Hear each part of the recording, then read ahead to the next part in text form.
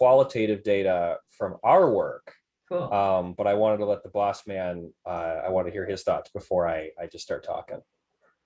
Yeah, so no, just first off, I just wanted to just thank you, Karen, for again, for being with us in our last kind of chat, and then for the invitation, right, to be here, to be able to share out kind of what our findings. We want to just, and thank everybody for making the time. We know that everyone's busy and very, like, Zoom fatigue is a real thing. And I know we've probably all been on too many Zooms in such a short amount of time. So we thank everybody for your time. You know, what Nick and I will do is we'll give a little bit of a background, because some folks were at our first preliminary kind of you know, release of information, and some folks weren't. So we'll give a little bit of background, but we do want to get into a little bit more of the specifics of kind of where we're at and where things are going. But I want to give the mic back to Nick here, so he can chime in here in the heat. Perfect. Thank you, sir. This will be quick, I promise. But as y'all were talking, and I think, Karen, you even sent me an email earlier this week just saying, hey, like, we're going to be talking about this at the beginning of the meeting. We have finished our analysis, but I still went back into our data and I pulled some transcript excerpts from all these interviews we did. And again, I'll get into all of that more in a little bit with Luis. But I wanted to give y'all a little bit of the flavor of what people had to say about heat and climate. Great.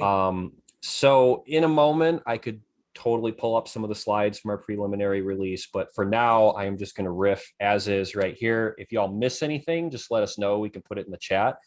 In our preliminary analysis, we found participants that we interviewed, to be talking about 33 different topics. Extreme heat ranked 22nd out of 33. Climate change came in at number 1. It was actually tied with IDEA, inclusion, diversity, equity, access. Extreme heat was number 22. It was only a top 3 topic in 8 transcripts out of 218 total. Wow. So the reason I hit you with all those numbers is just so you can get a sense of how much material I had to pull from for some of these quotes. But I just wanted to share a few with you because I think they're thought-provoking. I know they were for me. I don't know the full name of this individual, but the Zoom account, Fabiola, I believe you mentioned earlier the idea of, you know, real estate investments here. Do I stay? Do I go? This first excerpt is really telling. All I'll say about this participant is that they are not white. I think that should be evident based on their remarks. If Tucson looks like Death Valley in 50 years, who can afford to move? Blacks, the indigenous, and people of color will be the last to move because they cannot afford it or they're undocumented, so any movement for them may be risky. While we're all trying to fight this, we also need to fight to make it not as bad for them in the meantime. Yeah. So that's one. This is not a response to that quote directly in the sense that this is from a different transcript, but I think this is a really interesting sort of addendum to the first excerpt I just read you. This was another participant here in Tucson. If white people aren't putting themselves at the same level of risk that the most oppressed people in our cultures are living at, you are always existing at activist light status. This scares the crap out of people, seeing stuff that will shake up the status quo and threaten their aging but well-founded donor bases. 2 more for you. This participant said that they don't want to see even one more heat vulnerability map. Our real priority should be building repositories and actionable tool frameworks. The big gap is in solutions. Stop studying, start implementing. And then last but not least, this actually comes from our discussion on water. This will be in the full report that will be dropping in a few weeks, but this is so good, I just want to include it here. This participant mentioned what they called the conversation here in Southern Arizona. So, are you going to retire here in Tucson? Yeah, I plan on staying. You don't think we're going to run out of water? In their lifetime, no. If you're concerned about threats to Southern Arizona, wildfire risk and impacts on getting power to Tucson through TEP, wildfires in the Catalinas, creating serious air quality hazards for a discrete period of time, etc., is much more what this participant worries about as a resident than running out of water. They're as concerned about water as anyone, but if you used a Maslow's hierarchy of risks, there are way more concerning issues, unquote. Of course, that's just one person's opinion, right? But I remember in that particular interview, that was a wow moment for me, because something that I found, and this is again qualitative data, I don't have a number to put to this. Something I found in talking to all these folks is that, so often I'd ask a question like, what do you think the biggest issue is?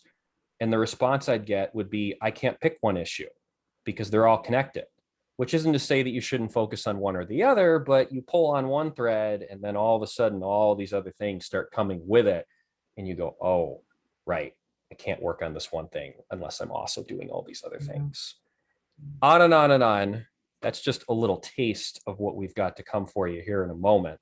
But I think we should probably back up and actually talk about what the heck this thing is, and where this is all coming from. Luis, I'll let you go first, and then I'll just riff off you. Number one, Yeah. thank you, Nick, for pulling those quotes. That's terrific. Oh, there's a lot more. There's 88 more pages where that came from. So buckle up, folks.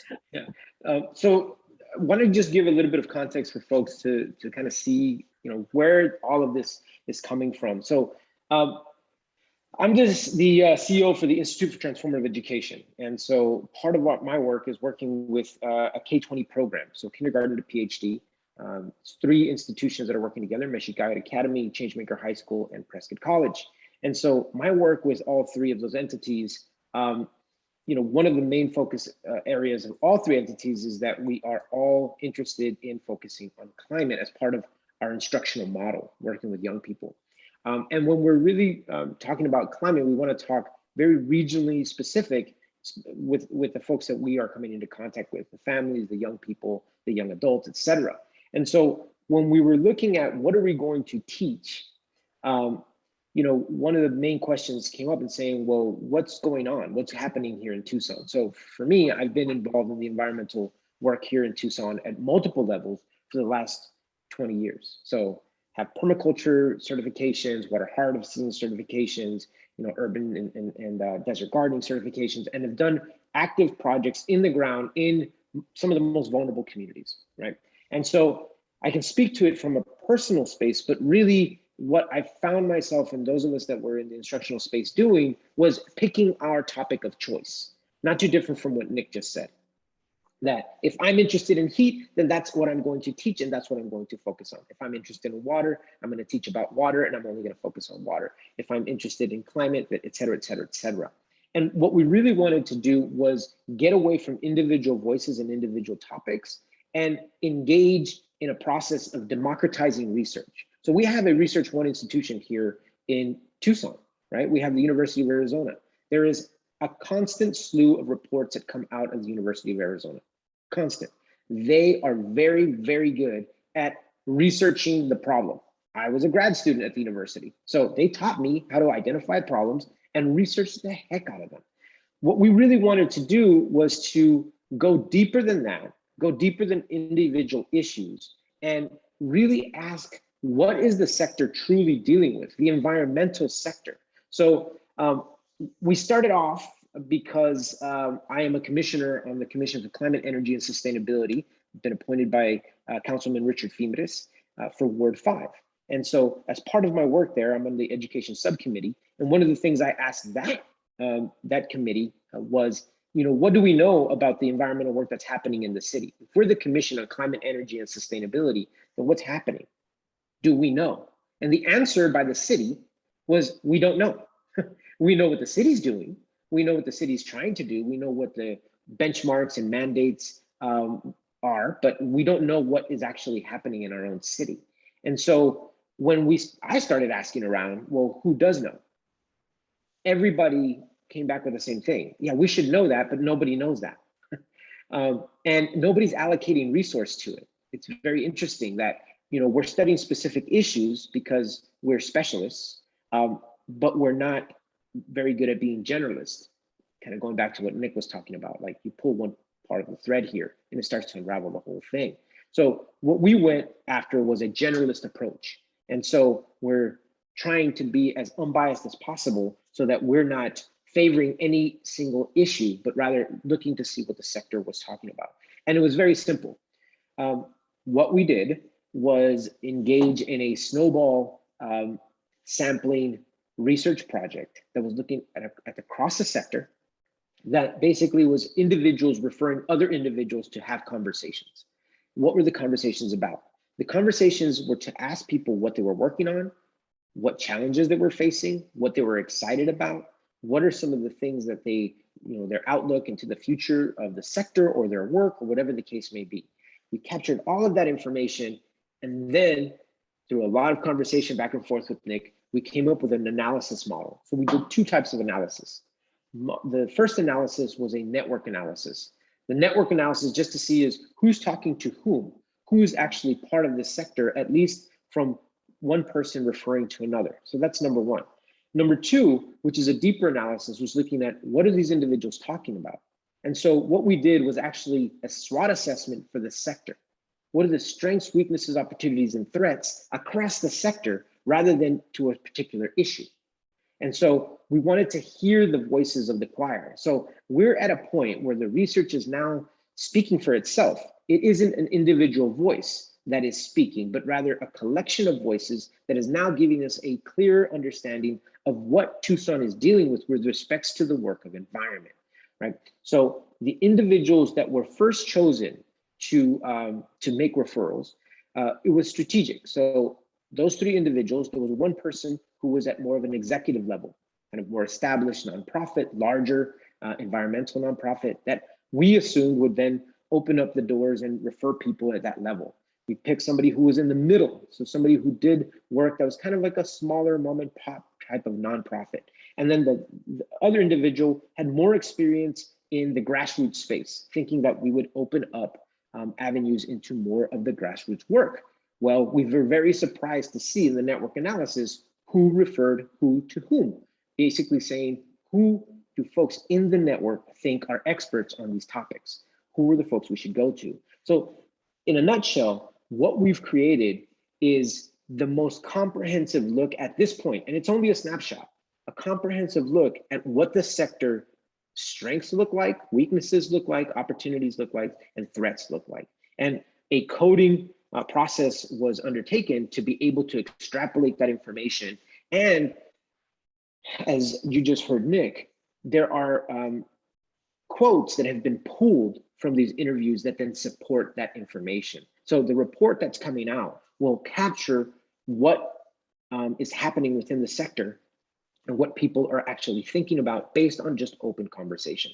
I'll stop there and see if there's any questions on anything I said before we jump into anything else, because I know I just said a whole lot. So any questions on anything that I've mentioned there? What's a sector? So the sector, we can look at, for example, folks who are working within education. So there's the education sector, or people who are in business, right? For-profit business, there's the business sector. There is, you can look at the governmental sector, those who are working in government. So in this case, we chose to look at the environmental sector, and we let those individuals who were working in issues of environment dictate who we were going to speak to. We did not look at a list. We didn't do a search online. We didn't, cross-reference anything with anything. We only went on suggestions that individuals made. And so that made up the environmental sector based on what individuals provided to us. Now we know it's not 100% complete because there are individuals who were not referenced at all, or actually we ran out of time. We had to do a cutoff. So there was some folks in interviews that were not conducted, even though we were given a referral, because we ran out of time. So we had to do a cutoff to be able to meet the deadline that we had self-imposed to get a report out by July. Tyler's asking, are you planning to make the underlying data transcripts publicly available? No, we are not. So all raw data is going, per our agreement with those who were interviewed, that information is going to be kept private. What we will do is we have been given permission to have excerpts, and then there's no identifiers in any of those excerpts that will be in the report. So any contact information, any direct names, and any direct demographic information that can be, brought back to a particular individual will not be allowed, will not be out in the public domain, and neither will the raw data. And that was part of the promise that we made to each one of the participants, to be able to create anonymity and to have them actually speak openly. Imagine if you were asked to speak openly about your sector, what you like and didn't like, your job or otherwise, any type of that work, and then you would know that that information would get out. That would skew what you would talk about. Good point. Luis, Yes, Mary. I just, something you said about, or actually it was Nick said it, about having just, maybe one person saying this one thing, not a whole sample of them. But Margaret Mead made a comment, and I don't know, I can't quote it, but it had to do with the fact that if you have a regular person from an individual from a culture that, or of a culture that is talking about the stuff of themselves, then that person is really representative of others and others' beliefs and so forth. So, having a few people in a sample does not make it unworthy. Most definitely. I think we agree. And that's why what you'll see in the final report once it comes out, and that report will be public. It's a PDF, and we'll be sending it out, and hopefully folks will share in their networks. There are these excerpts that we've included because we want folks to also make their own analysis of this information. We want you to see some of this information and be able to say, well, this is what I think. I take that for face value, or this has merit or worth, rather than we're the sole interpreters of this information. Any other questions? And then I want to hopefully move into a back and forth here with Nick about the process, kind of what we've done, how far we've come, and all the hard work that has come in. Again, this has never been done before to our understanding. We've reached out to other folks to try to understand it, and nobody's done this before. Paula.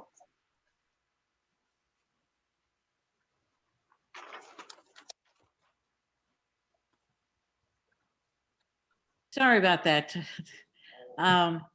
Are you going to provide any information about the affiliations of the participants, the organizations or companies, Yes, whatever?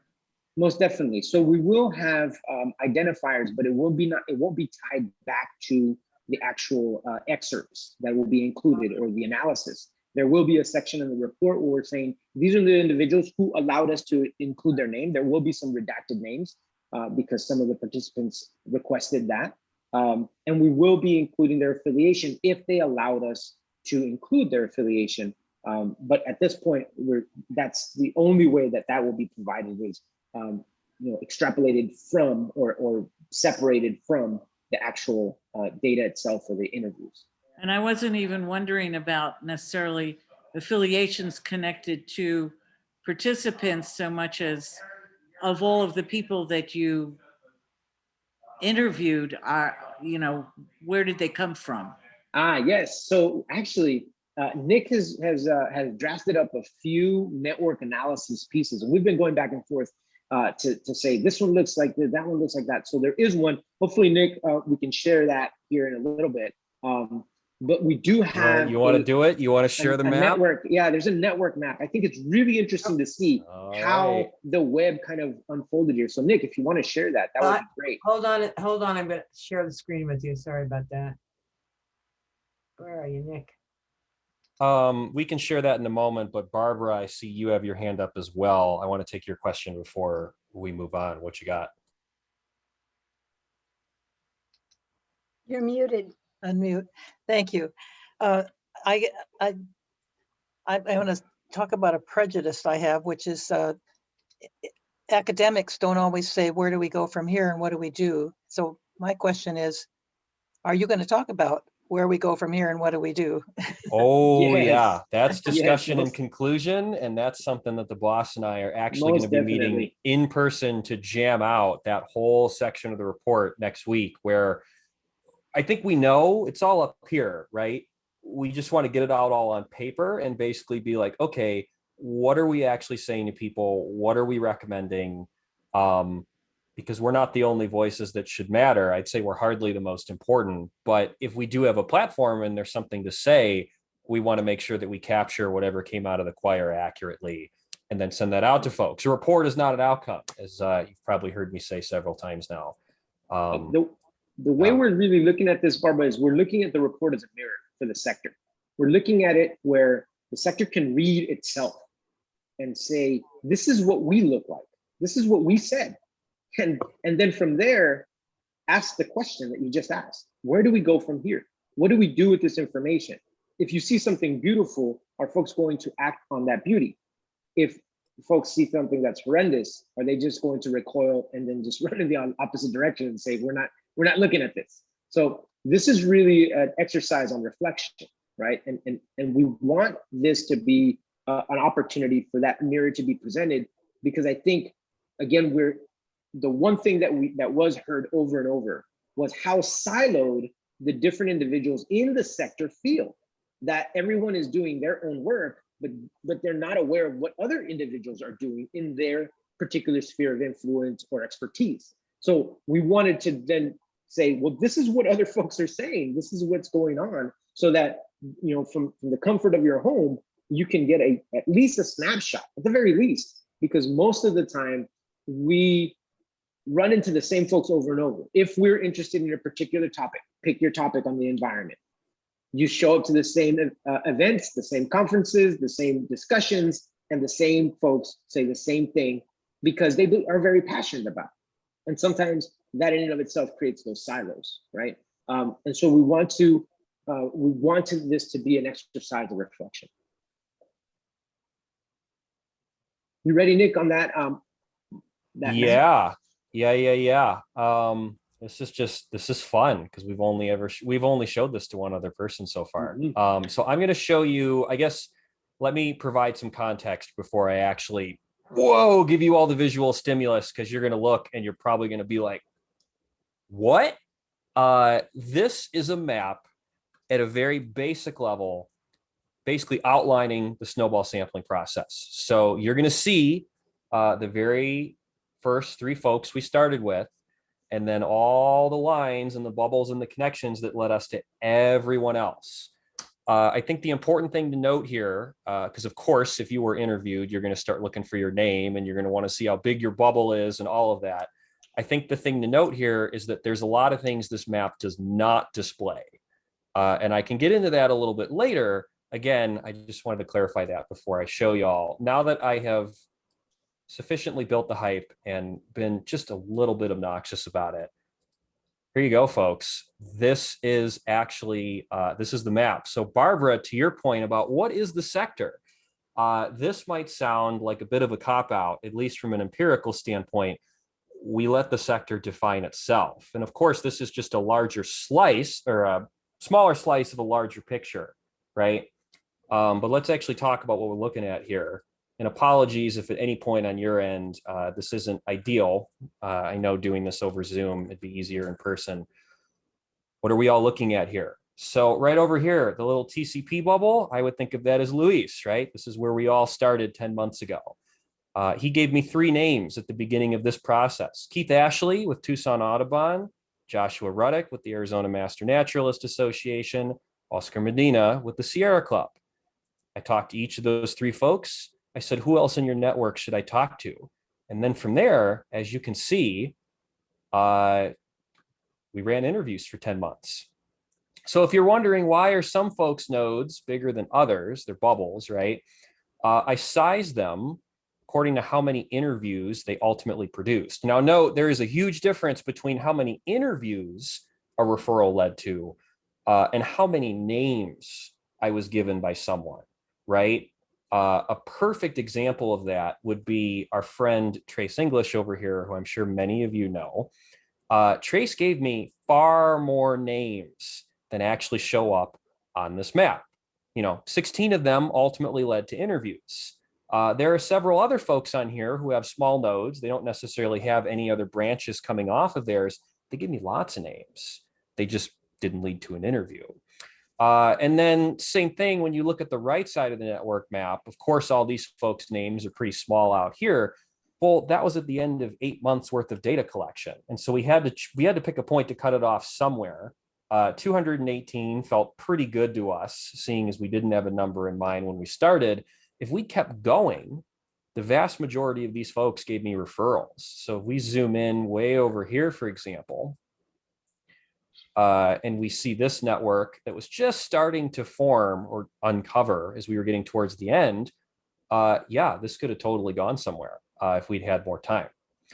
So at a very basic level, that is essentially what we would call the network. We wouldn't call it the sector, but we would call it the Climate Project. And this will be in the full report. I'm going to have, lots of supplemental information with this, and it'll be a nice, beautiful PDF that you can zoom in on and stare at for hours, like I did after I finally put it together. Because after 10 months of talking to people, it was absolutely surreal to actually see how it all looks on paper. And of course, this is just one of many possible interpretations. Blah, blah, blah, blah, blah. Luis, you're back on. Yeah, so I mean, as you can see there, folks, this is the essence of the methodology, right? Where we wanted this to be organic. We didn't want to say, here's our list. These are the most important people we need to talk to. And that's who we're going after, because that's the bias that we hold, right? And I even told Nick, I said, I'm not going to give you any other names other than the first three.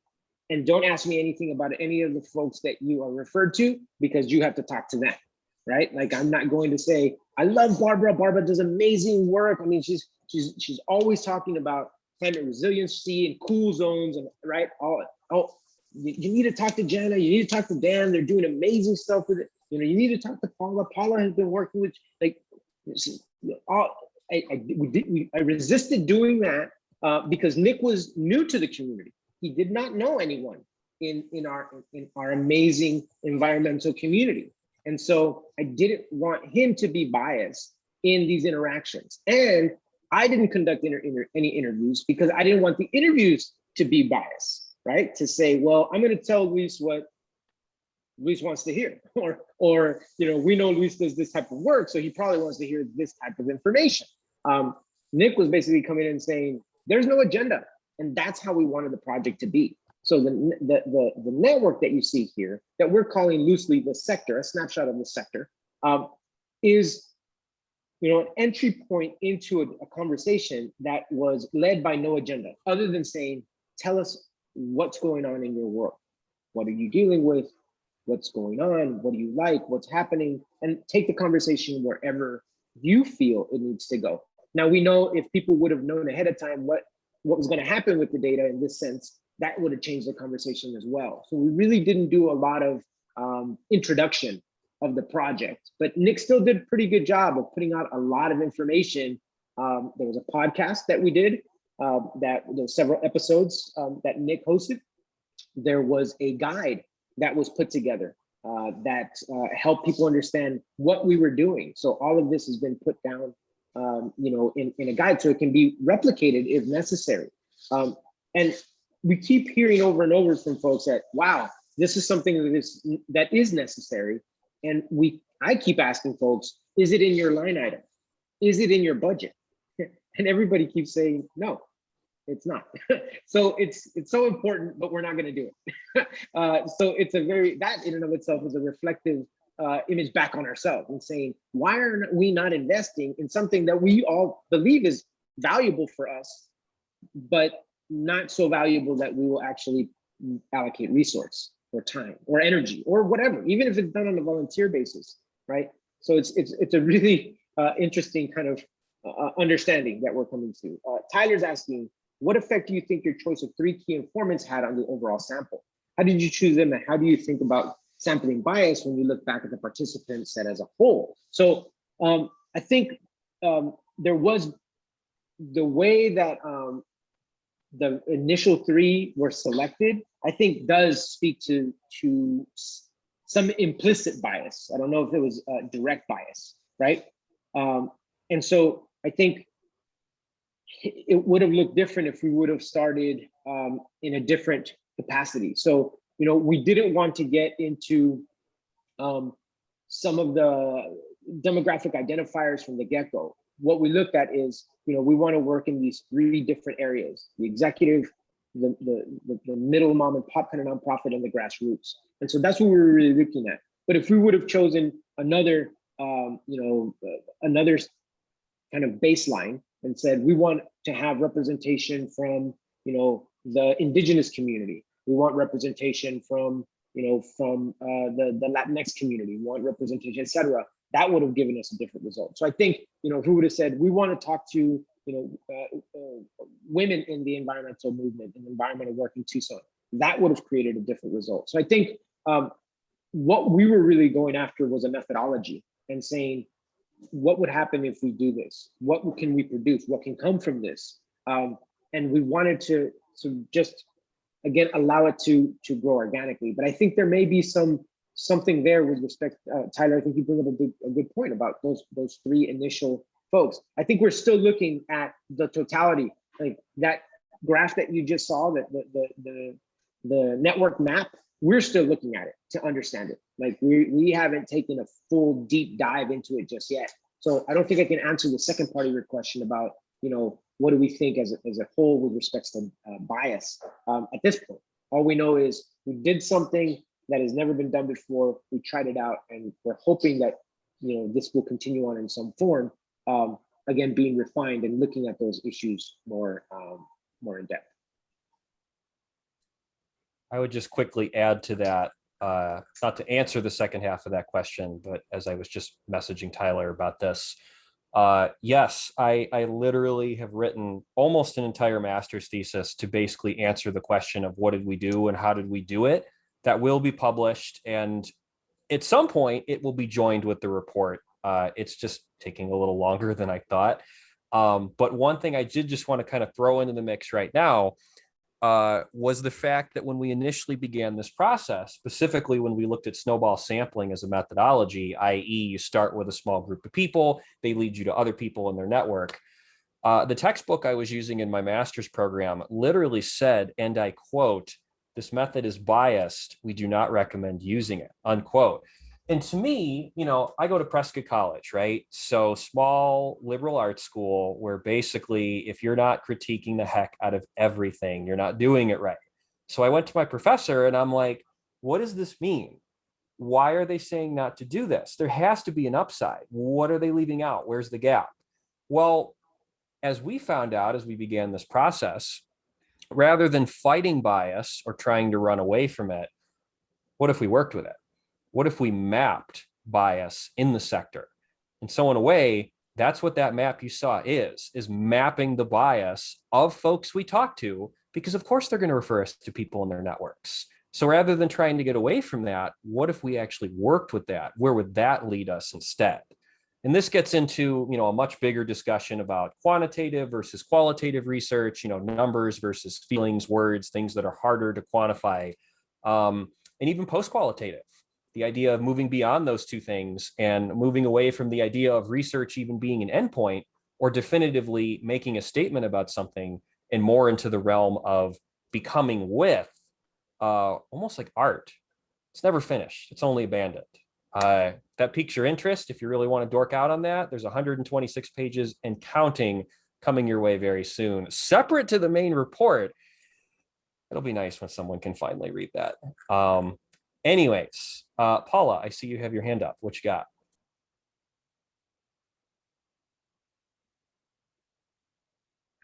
I was wondering, and I may have shown up on your network map, but it was too small to really pick it out. If you kept track at all of multiple references from yes, people that interviewed, because I'm sure there was a lot of overlap.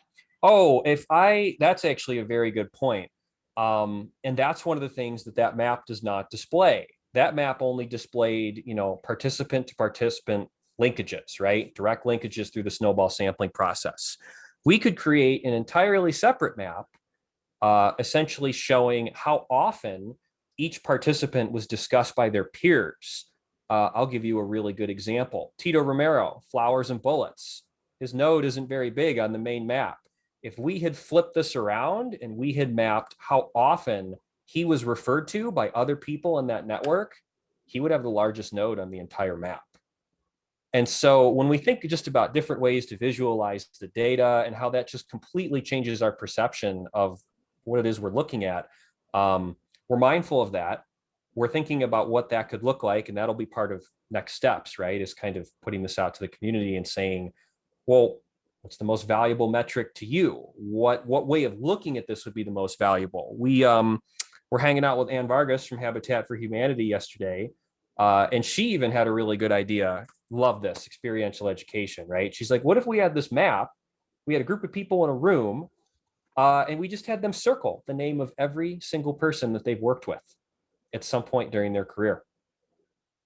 That would be fun. Tyler asked about what software we used. It's just called CMAP. It was this free thing that I pulled up online. It was actually very last minute. I didn't know if we'd have time to put it into the main analysis. That's the most wild part, right? We're talking about this network map. Y'all are going to see this report.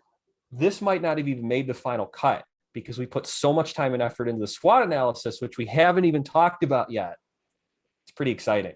This is just like, the icing on the cake, and it's cool, right? I'm really glad it's here. We got all this other stuff in there. Yeah, it's cool stuff. Anyways, yeah, I'd be happy to provide a link to the software. I can go dig that up right now. Yeah, so let's transition. We wanted to start off just so you can see kind of what this network looked like and give you some background of kind of why we even did this. We want to transition into now the report and kind of what you'll see or what you'll find in this report. And so, as we said, what we wanted to do was basically take the 250,000 notes that were taken. That were all put into a data analysis software called Deduce. And so Nick and I have kind of been in looking to see kind of what are people saying, and give credit where credit is due. Nick has done so much work on this to really find out, when folks were talking about those, we coded for strengths, weaknesses, opportunities, and threats. So when the preliminary report that we gave, right, the preliminary kind of sketch of data, we focused in, Karen, you're referring to this, on the priorities of, issues based on, length of time in the sector, et cetera.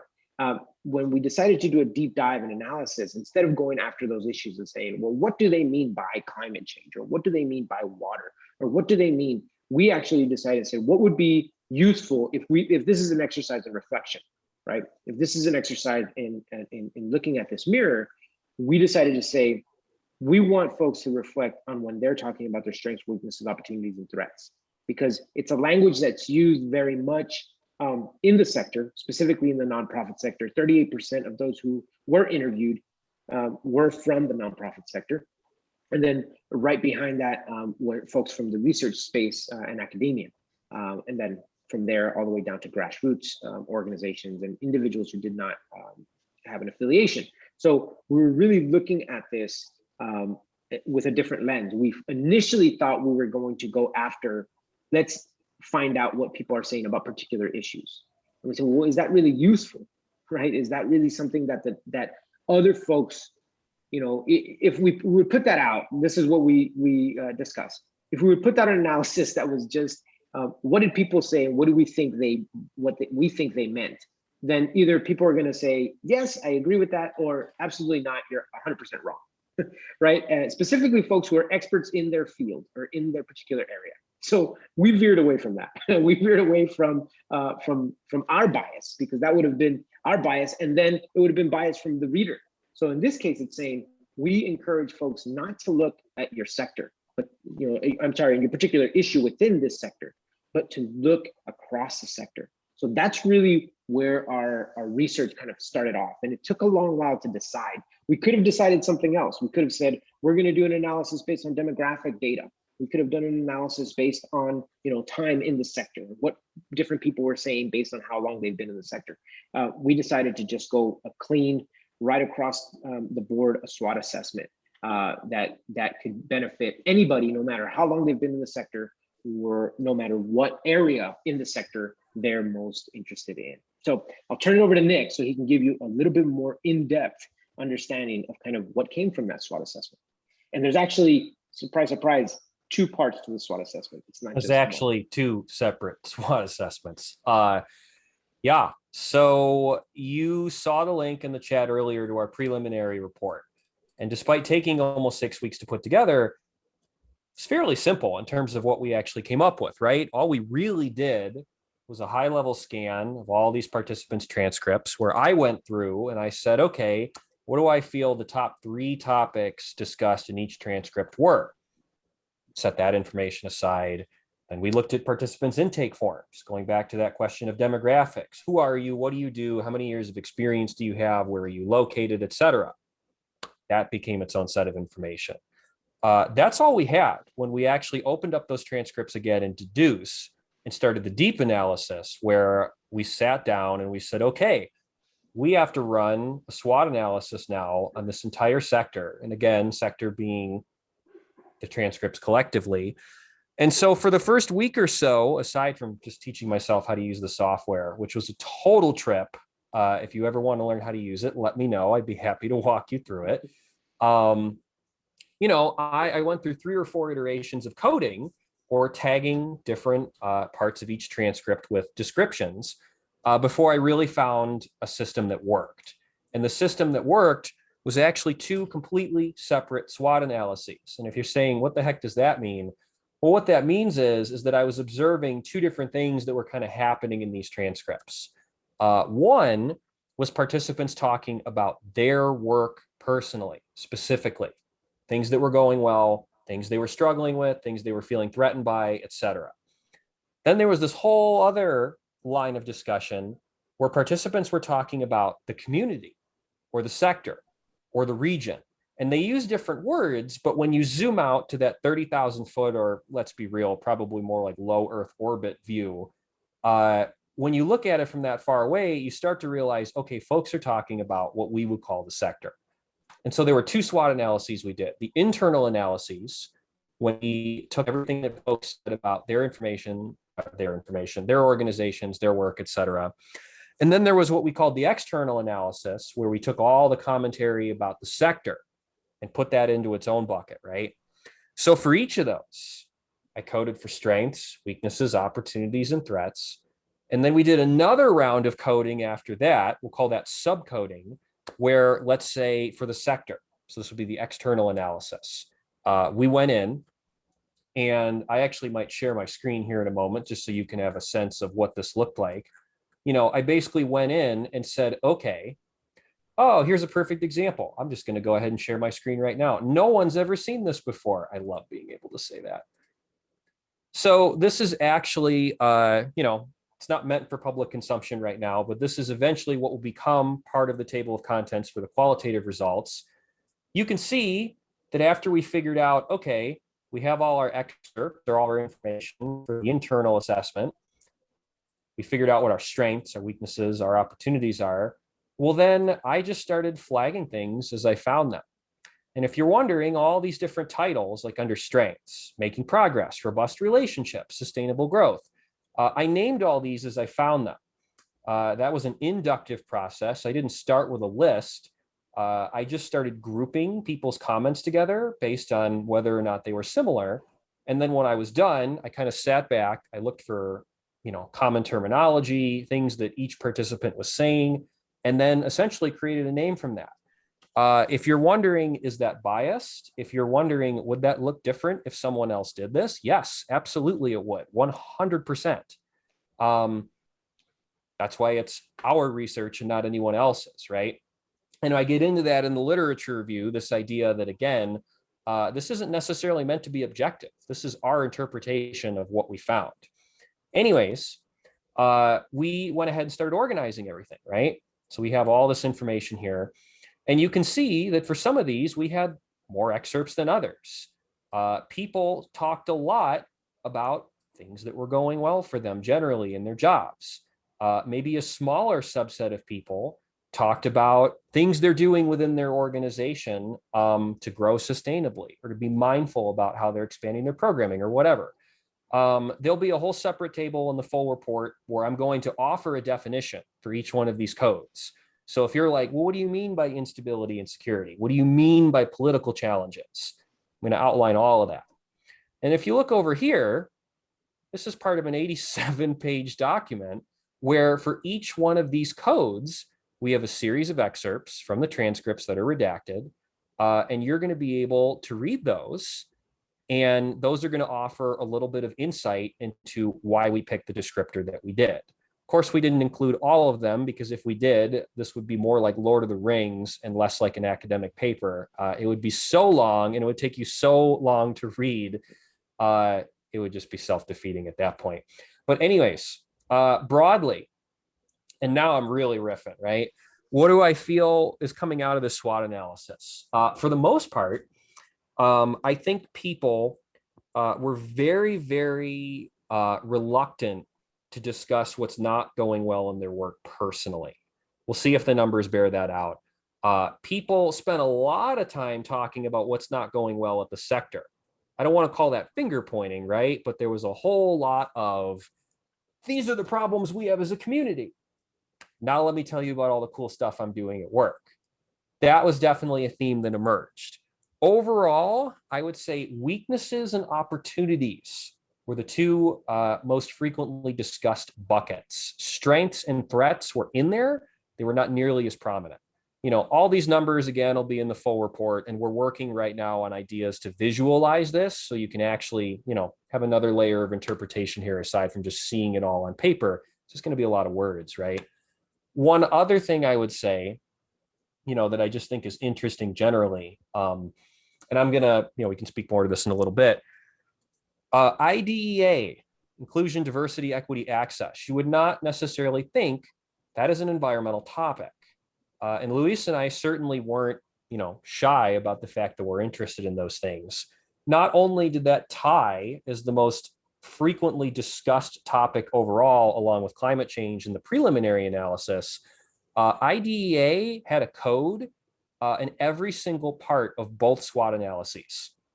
And it is the only thing that consistently showed up everywhere, every time, and was very deeply discussed by participants. And, you know, sometimes it would just be diversity. Sometimes it would just be inclusion. Sometimes they just be talking about justice broadly, whatever that means in their work. But the fact that this community, at least here in Tucson, the fact that that is so top of mind for people, I think on one hand, speaks to what we were seeing through the last year or so, because, and I mentioned this in our methodology, think about the time this was being conducted. We had COVID, a global pandemic. We had the murder of George Floyd. We had the US presidential election. Need I say more? We had all the things that happened after the US presidential election, the gift that just keeps on giving. And not to mention just the racial reckoning in general that we've all been having in this country. And passing all these tipping points related to climate and things with the environment. This was a really remarkable opportunity for folks to slow down and reflect. You can't divorce equity from environmental issues. You are absolutely right, Dan. And don't worry, we got 150 pages basically saying what you just said in one sentence. The point being, folks got really reflective. And they shared a lot of information with us, especially in regards to equity and inclusion and how they're feeling about navigating that, that I'm not sure would have come out previously.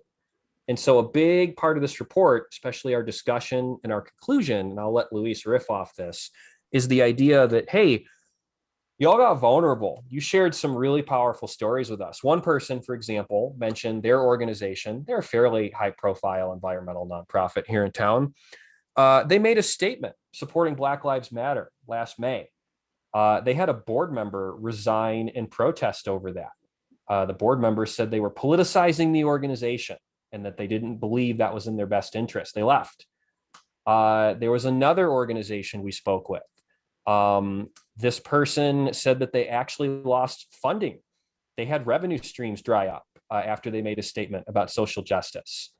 They had supporters withdrawing from existing projects. They said, we're not interested in being part of this anymore. One thing that Luis and I have been thinking a lot about is, okay, we're all navigating this. We're all thinking about it, especially for those of us that are white. Yeah, there's been some real struggle to say that we've been hitting the mark. No, just wait until you read what some of these folks had to say. One person said, and I quote, "We're not including other people's voices and we are tanking as a result," unquote. They were referring to the sector. It's not all going to be doom and gloom, right? Because of course we're going to spend some time looking at the folks who had some really good things to say right? The folks who are doing transformative work in conditions that most people would find inhospitable, completely unconducive to that. But I think one thing that's on our minds, Luis and I, is if we're all thinking about this, how can we find some solidarity here and basically say, okay, you're navigating that, I'm navigating that. There's no reason for me to lose my board member in a silo. We're all nervous about coming out and trying to navigate this space, and we're thinking about money and programming and what's the long-term viability and on and on and on and on. This would be a whole heck of a lot less scary if we had a way of navigating that collectively. I'll end with one more anecdote. And this one, it's so good. And again, credit to our participants. Quote, pushing new things and pissing off people, losing money and wavering back and forth is a nonprofit problem. And this organization is fortunate in the sense that they can decide to go after a different audience, unquote. They had a long discussion with me basically about how they decided they want to appeal to a different group of folks. They started aligning a lot of their programming and their messaging with some of the things that we're seeing come out of the social justice movement. They lost some people, they gained some people. They're actually in a much better place now. And they basically said to me, they were one of the only people in this whole study that said to me, we're feeling really good right now. We're speaking truth to our values. We're doing what we believe in. And people tried to tell us we were wrong. And we basically said, sorry, if you don't like it, change the channel. Go find someone else that resonates with you, And the end result was they're doing better work for it. That was a lot. Boss man, what you got? So as you can hear, folks, there is a lot in what we went after. And we didn't want to taint it with too much of our interpretation. Even now, I'm apprehensive to say, well, I think this, or I believe that. We want the information to speak for itself, and we want folks to interpret as they see fit, and to use the information to really push the needle and move things forward. This isn't a finger pointing exercise. This is not, we told you so. This is not, anything of that nature, other than the conversation needs to continue. This is a starting point, at least for us to take a deep look at what are we doing? Why are we doing it? And what can we do different? And that's why we wanted to put it together, as we want folks to see what is on the horizon if we choose together to look at this information critically and act upon it, right? The idea that this is just something that will be put on a shelf or something that stays in our drive or whatever the case may be, it's about putting this to work, right? How do we take action, and how do we put put ourselves on the line to get to where we need to go? And we know that a lot of the participants, a lot of you have already done that over time, right? Some folks are exhausted of putting themselves on the line to move the needle. And what we're seeing is that there is a shift. There is a different conversation that's happening. There is a different form of representation that is present. And we think it's a good thing, but we think that we're going to have to capitalize on this moment rather than allow it to escape us. Yes, there's a lot of things that we need to be cautious of. As Nick just said, we have crossed a lot of those tipping points with respects to climate. But at the same time, we're in a position where we can act upon it more than ever before. There's more people, and this discussion has become more mainstream than it's ever been, ever. And so even with these issues of diversity, for example, and inclusion, I remember when the Diversity 2.0 report came out, talking about how the lack of representation and diversity within the environmental sector in the United States. And there was a lot of pushback on that report. To now do a sampling here in Tucson, where in 2021, 2020, 2021, that is everywhere in the conversation, is encouraging, right? Now the question is, will we act upon the conversation rather than just, again, talk about how we're going to continue to open up channels and opportunities, et cetera. Any questions? Oh, sorry. Yeah, let's go for questions, and Nick will get back. Any questions that folks have? Nick dropped a lot. No, you're good.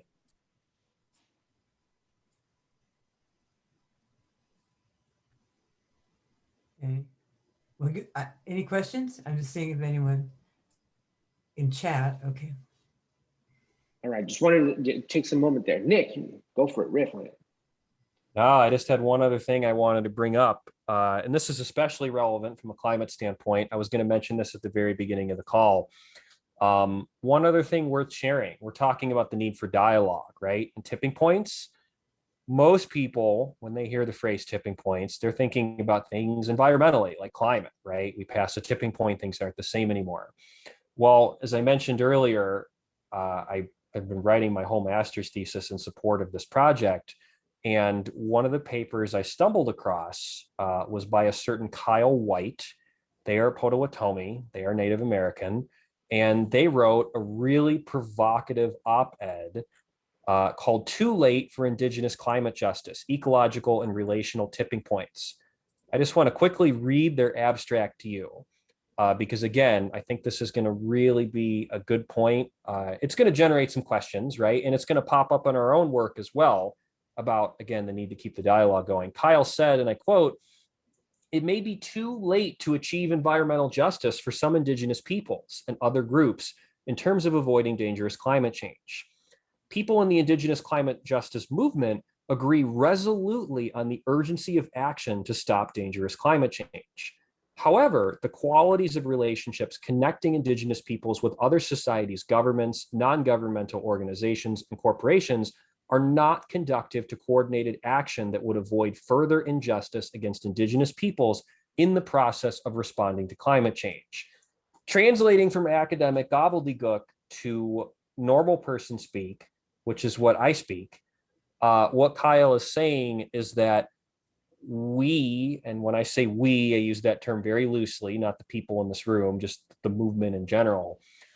We have been in such a rush to respond to all these problems. And this is reflected in participants' transcripts. We are feeling such a level of urgency to avoid these ecological tipping points that for some folks, in this instance, North American, Native American communities, we may have already passed a relational tipping point where there is no way for us to work with them in a way that actually honors their sovereignty without furthering the harm that we have already done through the process of colonization and all these other things, right? And I know I'm not Native, so of course I'm not speaking for Kyle, but to me, that was a really profound idea. I don't think he's saying we're screwed, there's nothing we can do. I think what he is saying is, hold on a minute, it's one or the other. We either keep surging ahead on one front and doing more damage over here, or maybe we stop for a moment and think and say, what would this dialogue look like if we sat down and took the time to build these relationships between these folks? Because without those relationships being built, even if the work happens, is it ultimately going to be to everyone's benefit? Or is it only going to benefit a privileged few? That's a 4-page paper. And yet, oh my gosh, out of all the things I read, mind blowing, very impactful. Again, we'll come back to all of that later. Anyways, that's what I remember. That was my point. I'll move on now. So we want to be respectful of folks' time, and we want to answer any questions that you might have, or just engage in conversation. You know, you've been hearing from us quite a bit, but we'd love to hear from you. What are your thoughts? What do you think? Do you think this was a worthy endeavor? You know, what's your takeaway and understandings?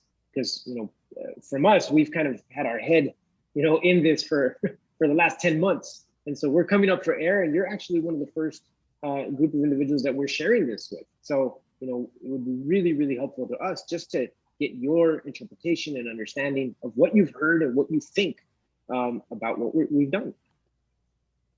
Well, I have a question. This is Karen. I have a question. There's so many people involved, so many sectors and groups and organizations. Is it even possible for all of us to get together?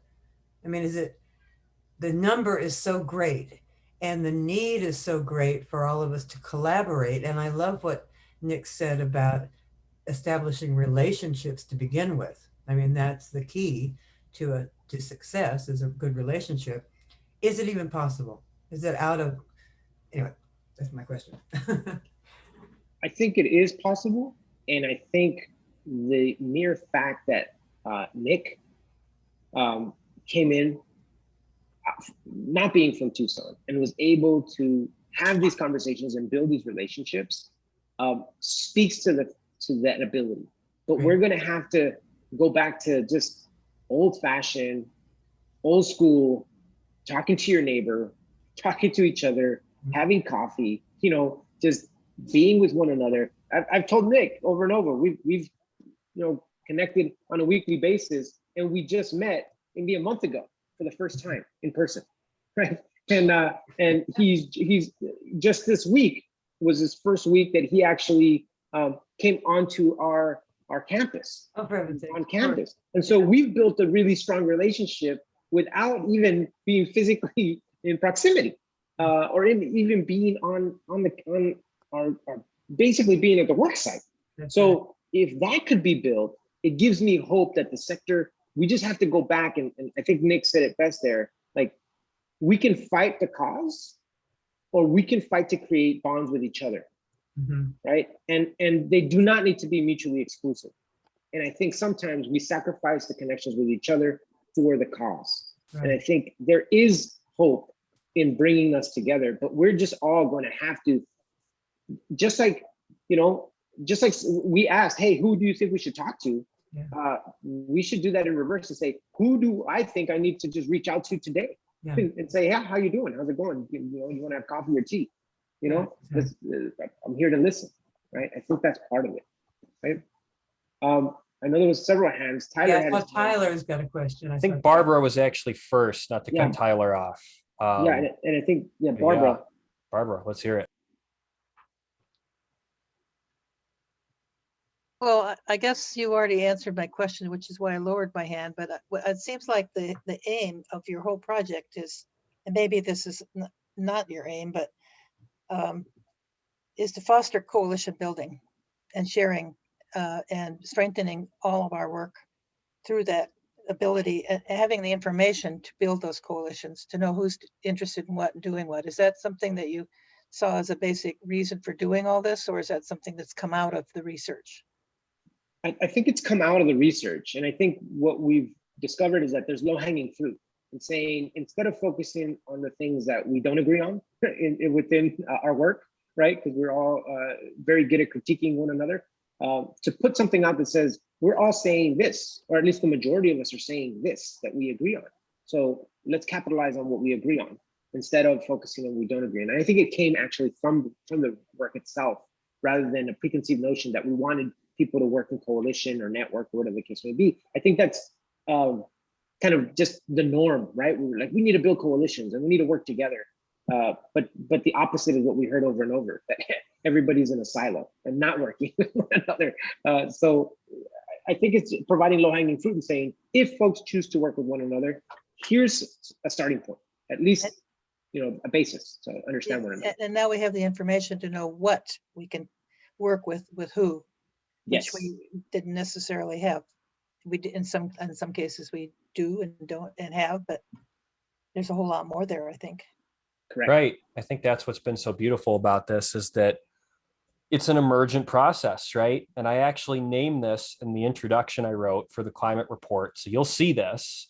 I express a little bit of anxiety about naming what it is and what it's about, because as soon as we do, we affix a meaning to it. We say TCP is, and then all of a sudden it's like that whole long train of development just stops. And I'm being a little melodramatic, right? But the idea, it goes back again to post-qualitative research and the idea that it's always becoming rather than having an endpoint. And so I think you're right, Barbara. Like Luis said, it's absolutely an outcome. And how do we have an outcome that isn't an outcome? It's an outcome that's going to lead to something else. I mean, you know that, I know that. That's exciting though. Tyler, you've been waiting so patiently over there. What you got? I'm the one who was pestering you with all the questions on chat. Thanks for being so patient with me. This is fascinating and really exciting to see how much you all accomplished. So looking forward to seeing the other outputs as well. My question's kind of around kind of another perspective on this discussion about building on the research. I'm just wondering if you're like interested or anticipate possibilities for like extending the approach, because it feels like the study is like a really in-depth snapshot of like one time period for Tucson, but like how do you get a sense of how about the state of these relationships and complex issues over time too? Yeah. I Thanks. mean, Luis, give them the great, pitch. yeah, great question, Tyler. And this is what, we've been meeting with several folks to say, that, the now what, right? So, okay, this is a snapshot and it's a proof of concept that this is something that both individuals have said that is important and that is useful, but it has a shelf life, right? It's only going to last for so long. We can say, well, this is how long we're going to refer back to this and say, oh, yeah, this is what we were thinking. Well, it's going to be a short amount of time, really. Things change so rapidly. One of the things we've noticed, for example, is even in recommunicating with people and just saying, giving them updates, this person no longer works at this organization. This person has now moved on, or they moved out of Tucson, or they moved into another position, or whatever the case may be. So even that is shifting, and that has happened just in the last 10 months, right? So one of the things that we're looking at is really putting this out and saying, where is this going to be incubated? Right? Where should this live? Right? And I've been very honest and very transparent with everybody I've spoken to. We're not interested in creating another nonprofit. Tucson is already the land of a million nonprofits. We're not interested in creating another institution, or, we're interested in saying, look, this is something that's valuable. How do we keep it going? And does the sector see it as valuable? If the sector doesn't see it as valuable, then it won't continue. And that's okay, right? There also has to be this idea of something was done. And if that's as far as it goes, and that's as far as it goes, because that's where the sector's at. One of the things, we were just having a conversation with Local First Arizona today, actually, and they're interested in actually doing the same thing, but with the business community. And something interesting in this whole environmental conversation is that nobody referred us to anybody in the business sector. Oh. There was not one referral into anybody in the business sector. And there's some people in the business sector who are doing a lot of sustainability work. Now, do we have critiques of that work? Yes, obviously, right? But nobody referenced and said, hey, there's some expertise in the business sector. That's amazing. Right? So yeah, that for us was just profound. And we only look back at it once we started talking to the folks at Local First, who said, hey, have you kind of thought about doing this? We have this coalition of individuals, did anybody from the coalition actually speak to you? And we were like, well, it's not that they didn't speak to us, is that nobody referred us to anyone there. So there's a whole, like, as a snapshot, there's a whole part of the picture that's missing that wasn't even referenced. That nobody even pointed us in that direction and said, you should talk to them, which would have opened up that whole, that whole complementary sector, I guess we could reference it as. So this may move into that space, and they want to keep this going because they want to know what they're talking about and how they're thinking about sustainability or environment or climate or whatever the case may be, from actually the folks who they have the largest carbon footprint, the business community, right? The nonprofit community doesn't have as large of a footprint as those who have fleets and buildings and raw material distribution and extraction and you name it, right? Everything that the business sector is doing. So this may morph and be used by another sector, a complementary sector, to find out what they're doing with respect to climate and environment.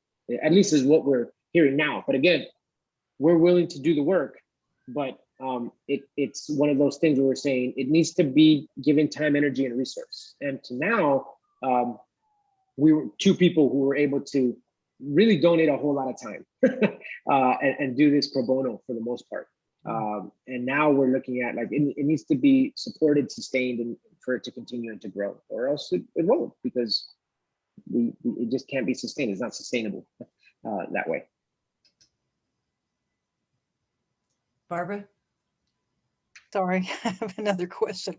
So this is a snapshot, but is this something that could be, I mean, if you'd asked me the questions you asked me 6 months later, I would have mentioned Local First and the Tucson 2030 district and all the work we're doing in the business community, or have done.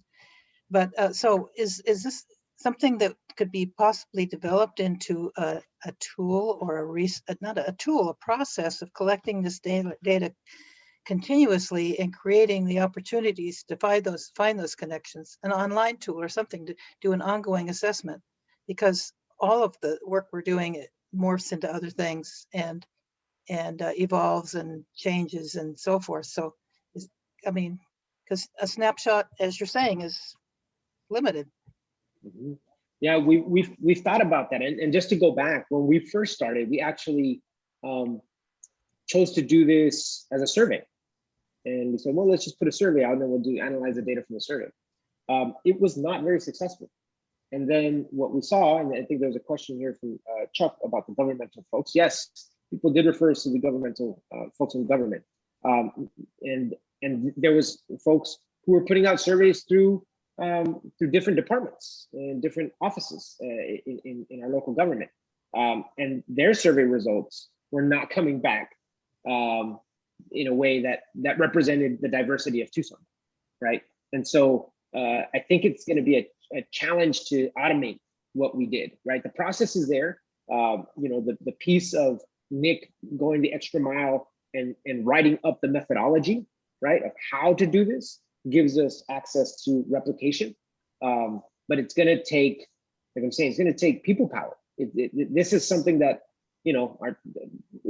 technology can assist us in this, but it's going to be something where people are going to have to speak to people, and we're going to have to see that it's valuable. And a lot of times that isn't something that's really invested in, because like you're just talking to people.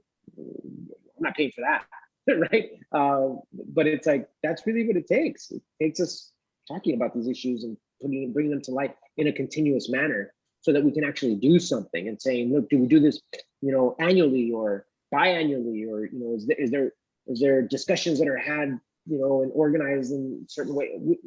It can morph into a million different things, but at this point, we wanted to at least prove that it was possible, capture it and then share it. Thank you. Jenna? Yeah, Jenna, what you got? Oh, I wanted to comment on something that you said, Nick, a while ago.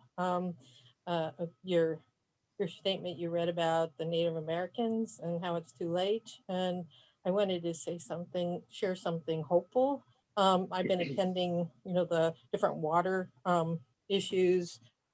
What do they call them? Oh, the Water Resource Research Center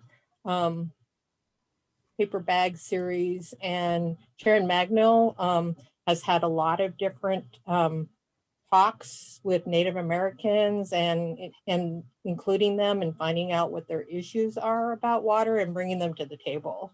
So, and I've also seen that with Watershed Management Group and, the Sonoran, what is it called? The Sonoran Water Coalition, that they've been really excellent on including, our local tribes in the discussion. Well, if I'm, we have maybe one or two more questions, because it's getting past our end time. I did want to make a comment here, Tyler. Your piece on citizen science, right, and using that kind of model. That's something that we wanted to point out here. That again, we have a Research One institution here in town, but by the time the data comes out, a report comes out from these large institutions, and it's gone through all of its channels. The data is anywhere from 2 to 5 years old, right? So if we're talking right now, like this is a snapshot and it's going to have a short shelf life, and how do we get more information? Imagine what we do get is something that's already 2 to 5 years old from our local expert in research. And I think this is also to prove a point that we as people should take it upon ourselves to do this type of work, because it's beneficial to us. And if we wait for it, it'll be too late. It'll be outdated and then too late. Instead of like, we're 10 months in and we already think like, man, how can we shorten this process? Could we do this in 3 months, right? Could we do this quicker? Oh yeah. and now we're kind of like a little bit more curious about like, okay, after this first run, like the very first time I did anything like this was on my master's work way back in 2012. Actually that research started in 2010, right? And then now it's like, well, let's update it. And now I'm like, if we're able to do this in this amount of time, how can we condense this? And we're having those conversations. And I think it shouldn't just be we're having these conversations. It should be we're having these conversations, right? who can take this on? There used to be an organization called the Data Center out of Los Angeles. The Data Center was one of those organizations that was a nonprofit, that its focus was just to crank out information and to give folks who are doing justice work, environmental and justice work, give them the information that they needed to continue the fight, right? And so, unfortunately, that organization, again, was not funded and ceased to exist. But I think there is something that we could do with respects to speeding up the process to gathering the information that we need to be able to then act upon it in a shorter timeline that doesn't have to follow all of the strict academic rigors that just make the timelines so long. And not to say that we didn't follow that, because as you heard, Nick was following this through Prescott College, so there was that oversight as well. But we were able to really shrink it down, probably quicker than anything I've seen before. So I just wanted to make that point, because I think we're on the same wavelength. Like, man, this would be awesome if we could democratize this and not have it be held somewhere by experts away that we would have to pay for or wait until they're interested in our topic. Right, because I won't speak for Luis, but I'm not an expert. Like, I think it's funny that everyone's like, oh, you've done all this work, like you must know so much. And it's like, yeah. And I think it's just like a master's degree or a PhD where everyone looks at it and they're like, oh, you know all these things. And it's like, no, really, it's a recognition of how much I don't know. Because I spent all this time studying and learning and being part of something. And then you come out with this teeny tiny little sliver of specialized knowledge. And then here's the rest of the world. And now you're just that much more aware of it than you were before. And you're like, I'm a drop in the bucket, not in a bad way. But there's a lot of humility involved with that, right? It's cool stuff. That is so true. Thanks. That's so true, Nick. Any more questions? I was a fan from the first time I spoke to Nick on this whole project, and I'm just in awe and very impressed. And as someone, my background is journalism, and I'm really interested in communicating with people. And this is such a wonderful way to get us started learning the larger community. And maybe now that we're out of the pandemic, we can get together face to face. And I love the idea about the citizen science approach. That's perfect. So any more questions? I'm going to, this will be posted on YouTube. Sometime, I'm in the middle of moving, so I'm going to lose my internet connection for a while, but sometime very soon, within the next week, if not tomorrow. So any more Karen, questions? before we close it down, I could also jump in with some reminders and like next step information after we take questions. Great, that's perfect. Yeah, and please do that. Cool. Well, what I'll let y'all know right now, just as a reminder, is that on July 12th, Monday, July 12th at 10 a.m., the email is going out. There will be a PDF. The report will drop. If you are sitting here and you're like, wait a minute, I don't have an email. I want access to that, whatever. Send me an email and I will make sure that you're on the list and you get a copy. The thesis with the literature review, if folks are interested in that, that will follow about a month or two later. My term of service ends on July 19th. I am no longer an AmeriCorps member after that. When the report drops, we're going to have a big, long email attached to it. Basically not only walking people through the document and basically saying, here's what's here, here's what you need to know. There will also be some information in there about logistical next steps as far as what Luis and I are moving on to in our lives, how we hope to be involved from here on out, and also our ask of the community as this thing continues to grow and morph, because we will be shedding the name Tucson Climate Project. It's served us well. Karen, you can finally take control of your brand again, and you don't have to compete with us anymore. Climate will not be in the new name. I like the affiliation. Yeah, it's all coming though. So July 12th, that's the big day when it all drops. And in the meantime, if you want to get in touch with us, we're here.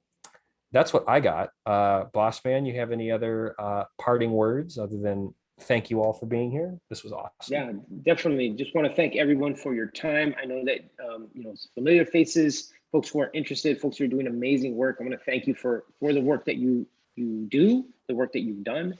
And please know that we're in solidarity with that work, you know, and I think, again, what we're looking for, asking for, is for folks to just take the snapshot, reflect on what is coming, and then find ways to stay connected and actually to try to reach out to folks you normally don't reach out to, right? I think that's going to be the case here. I think Nick really pushed me out of my comfort zone and said, you need to meet with so-and-so. Luis, you need to meet with so-and-so. There's this amazing person that, you know, we've interviewed, and I want you to talk to them, right? And I think that has been amazing and just a true lesson, right? And you know, I could have stayed in my silo, decided not to do this, decided not to bring on Nick as a AmeriCorps member, and said, you know, we just go on as usual. But I think getting outside of our comfort zone and reaching out in ways that we're not used to is what we're asking, you know, and we're just trying to encourage that with at least a little bit of information. And yeah, as Nick said, we're here and we're in solidarity. So thank you everybody for your time. And Karen, again, thank you so much for allowing us to share your platform to get out that message. I was going to say, you guys are welcome back anytime. If you have an update and you want to talk to us and help us maneuver through all of this, we'd love to hear you. So let me know. Looking forward to everything. Thank you everyone for coming, and fascinating. We're all in, I love that. We're all in solidarity. We just need to get together. Bye-bye. Bye. Bye-bye.